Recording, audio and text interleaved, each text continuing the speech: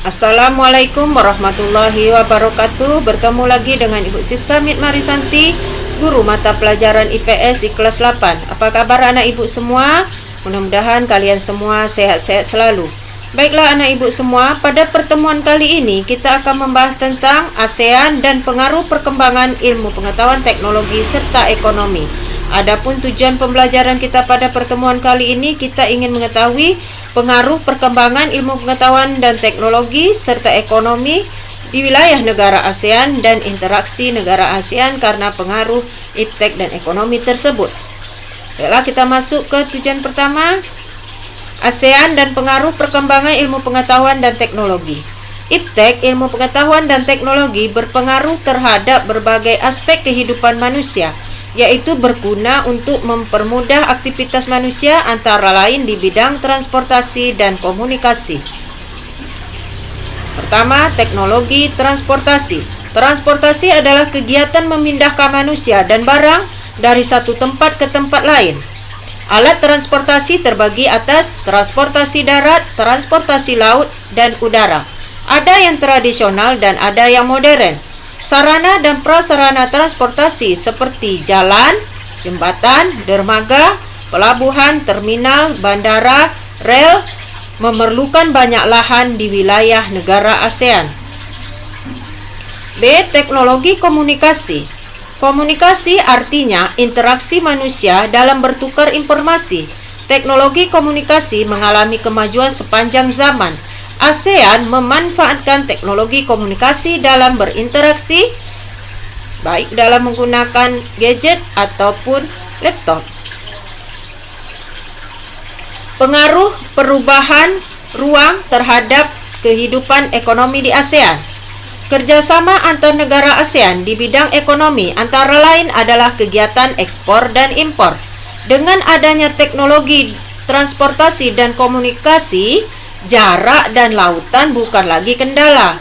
Kegiatan para distributor dalam menyalurkan barang dan jasa, produsen memproduksi barang dan jasa, dan konsumen yang membutuhkan barang dan jasa menjadi lebih mudah. Kerjasama negara ASEAN saling membutuhkan dan saling menguntungkan. Kerjasama negara-negara ASEAN ini mendorong terjadinya perubahan tatanan kerjasama antar negara dalam bidang ekonomi. Persaingan dalam kegiatan ekonomi menjadi lebih ketat dengan adanya kompetitor dari luar negeri. Kegiatan produksi yang dilakukan oleh produsen atau pelaku kegiatan produksi suatu negara di ASEAN akan dapat lebih mudah dipasarkan ke negara lain dalam lingkup ASEAN. Contohnya, Indonesia dapat dengan mudah dimanfaatkan oleh petani Thailand dan Myanmar.